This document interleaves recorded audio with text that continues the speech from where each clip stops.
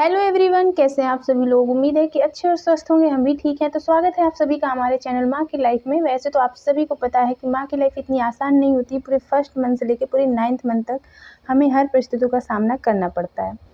तो थंबनेल देख के तो आप सभी को पता चल ही गया होगा कि मैं आज किस बारे में बात करने वाली हूँ। जी हाँ, बच्चे की हार्ट बीट, प्लेसेंटा पोस्टीरियर और बच्चा किस जगह पे है, क्या इन सब चीज़ों से आप आसानी से तर्क लग सकता है या पता चल सकता है कि आपने क्या कंसीव किया है।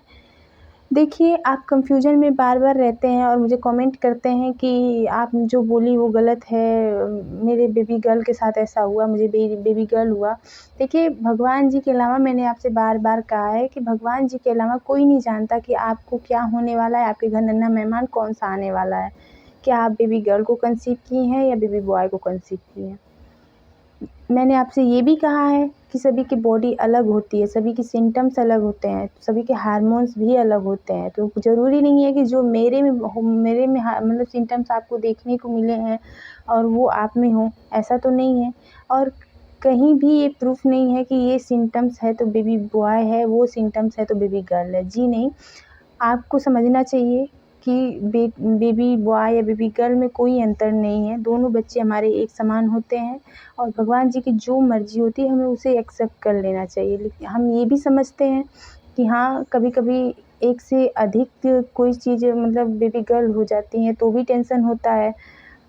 तो ऐसा क्यों है और क्या हम जान सकते हैं कि हार्ट बीट इतनी 140 से ऊपर है या 140 है तो क्या ये बेबी बॉय के लक्षण है, या प्लेसेंटा पोस्टीरियर है तो ये बेबी बॉय के लक्षण है। तो वीडियो में लास्ट तक ज़रूर बने रहिएगा और वीडियो पसंद आए तो प्लीज़ चैनल को सब्सक्राइब कर लीजिएगा, लाइक कर लीजिएगा और अपनी राय कमेंट में ज़रूर दीजिएगा कि मैं आप लोग को जो भी इन्फॉर्मेशन देती हूँ आप लोग से मैच हो रहा है। अगर हो रहा है तो क्या-क्या मैच हो रहा है। देखिए, मैं फिर से कहूँगी, आप लोग गलत थिंकिंग ना लगाया करिए। मैंने आपसे बार-बार कहा है कि ज़रूरी नहीं है कि सिम्पटम से बच्चे का कोई भी जेंडर परीक्षण हो सकता है, ऐसा कुछ भी नहीं है। मैं और मेरा चैनल इस चीज़ को बढ़ावा नहीं देते। आप लोग कन्फ्यूजन में ना रहा करिए। जो मेरा रियल का एक्सपीरियंस है मैं वही आपसे शेयर करती हूँ। तो ज़रूरी नहीं कि जो चीज़ मेरे में हुई है वो आपके साथ हो। और बेबी बॉय वाले लक्षण है तो बेबी गर्ल हो रही है, बेबी गर्ल वाले लक्षण तो बेबी बॉय हो रहा है, ये भी देखने को मिलता है। तो आप लोग सिम्पटम्स पे ध्यान ना दीजिए, ठीक है। तो वीडियो को स्टार्ट करते हैं और वीडियो में नए होंगे तो प्लीज़ चैनल को सब्सक्राइब कर दीजिएगा, अपनी राय कमेंट में ज़रूर बताइएगा। तो चलिए बात कर लेते हैं, हार्ट बीट कितनी होनी चाहिए या किससे पता लगाते हैं कि हम बेबी बॉय को कंसीव किए हैं। पहले तो बता दें कि हार्ट बीट बेबी बॉय के 140 और 140 से ऊपर अगर रहे तो क्या ये बेबी बॉय के हार्ट बीट है। क्या इससे हम पता लगा सकते हैं कि क्या हमने बेबी बॉय को कंसीव किया है। देखिए, ये कोई प्रूफ नहीं है कि ये 140 या 140 से ऊपर है हार्ट बीट तो बेबी बॉय ही होगा। हालांकि ये मेरे साथ हुआ है, लेकिन मैं फिर से कह रही हूँ, सभी के सिम्टम्स अलग होते हैं। कभी-कभी हार्ट बीट जो है, अगर आप लोग देखेंगे कि अभी हमने चेक किया तो हार्ट बीट कुछ अलग बता रहा है और अभी आधे या 1 घंटे बाद हम लोग चेक करेंगे तो हार्ट बीट फिर उससे ऊपर या उससे नीचे आ जाएगा। तो ये माँ के एक्टिविटी पे निर्भर करता है। अगर माँ कुछ ज़्यादा सोच रही है या ज़्यादा भाग-दौड़ वाली लाइफ़ जी रही है तो उसके एक्टिविटी पे ही निर्भर करता है, क्योंकि हमारे से ही हमारी बेबी का हार्ट बीट जॉइंट रहता है। अगर हम डरे रहेंगे या घबराए रहेंगे या दौड़-भाग करेंगे तो उससे हमारी जो हार्ट बीट ऊपर-नीचे रहेगी तो उससे बेबी भी डरा घबराया रहेगा, उससे भी उसकी हार्ट बीट ऊपर-नीचे होती है। तो इससे कोई प्रूफ नहीं है कि नहीं, अगर हार्ट बीट इतनी है तो बेबी बॉय है, ठीक है। नेक्स्ट है पोस्टीरियर प्लेसेंटा, ठीक है। अक्सर आप हमेशा डाउट में रहते हैं कि पोस्टीरियर प्लेसेंटा है तो क्या हमें बेबी बॉय है। अक्सर ये सारी माँओं के दिल में यही ख्याल आता है, मेरे भी आता था। मैं आपको बता दूँ, मेरी बेबी गर्ल के समय आता था। तो देखिए, मैं आपको एक डाउट क्लियर कर देना चाहती हूँ। ये प्लेसेंटा का काम बस होता है हमारे बेबी तक पोषक तत्वों को पहुँचाना, उनको ऑक्सीजन देना, ठीक है।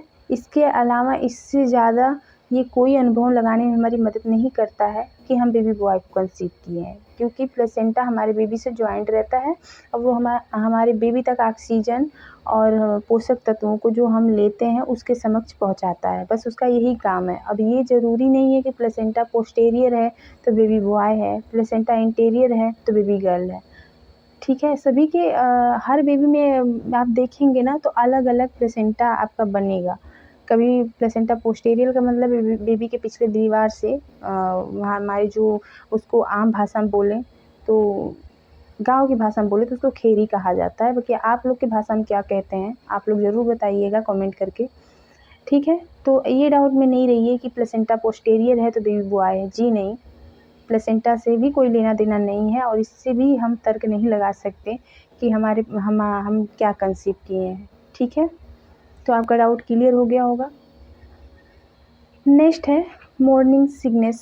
जी हाँ, अक्सर आप इससे भी डाउट रहते हैं, तो मैंने आपको फिर पहले भी वीडियो में बताया है और अभी बता रही हूँ कि मॉर्निंग सिकनेस का सामना हर प्रेग्नेंट लेडीज़ को करना पड़ता है, क्योंकि हार्मोन्स इम्बैलेंस की वजह से कोई हार्मोन बहुत ज़्यादा बढ़ जाता है, जिससे बहुत मतलब हमें हर परिस्थितियों का सामना करना पड़ता है। उनमें से कभी उल्टी होती है तो चक्कर आता है, मतलब हमेशा मतलब कि सर चकराता है, ऐसा सिम्टम्स हमारे हार्मोन्स की वजह से होते हैं। ये नहीं कि ये सिम्टम्स बेबी बॉय के हैं तो ये सिम्टम्स बेबी गर्ल के हैं, ऐसा कुछ भी नहीं है।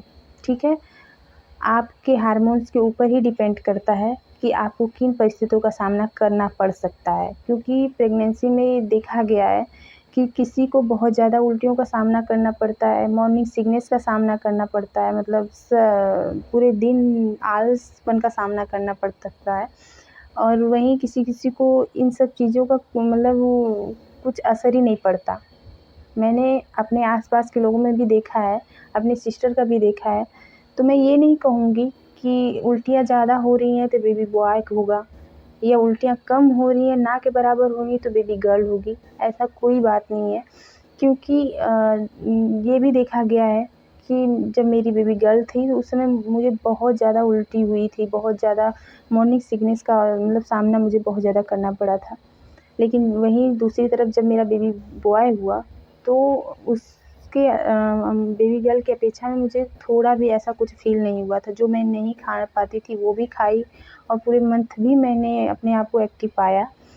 और तो इससे यही प्रूफ़ होता है कि आप जैसा आप लोग कमेंट करके कहते हैं ना कि आप उल्टा बताई हैं, मुझे बेबी गर्ल हुई है या मेरे सिस्टर को उल्टी बहुत ज़्यादा बेबी बॉय के समय हो रहा था, तो मैं आपको बार-बार कह रही हूँ, आप कन्फ्यूज़न में ना रहिए, आप लोग ध्यान दीजिए मैं क्या कहना चाहती हूँ। क्योंकि मैं आपको बार-बार कहती हूँ सभी की बॉडी अलग होती है, सभी के हार्मोन्स अलग होते हैं और सभी के सिम्पटम्स भी अलग होते हैं। ये सिम्पटम्स से कोई पता नहीं लगा सकता कि आप बेबी बॉय को कंसीव की हैं या बेबी गर्ल को कंसीव की हैं, और आपके घर मेहमान आने वाला क्या है, वो तो भगवान के अलावा कोई नहीं जानता है।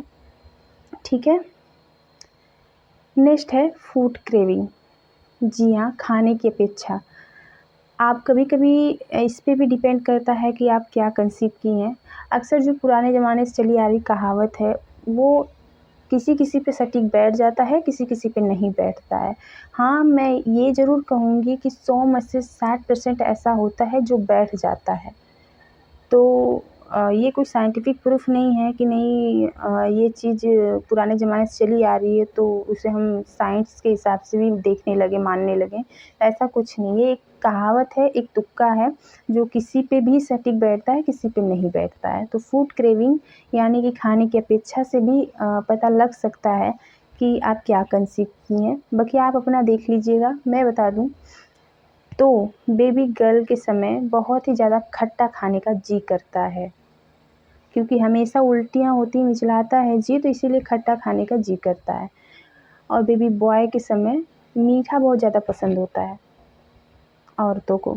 वैसे तो मैं फिर से कहूँगी कि सभी के सिम्पटम्स अलग हैं, आप इस पे ध्यान ज़रूर दीजिएगा।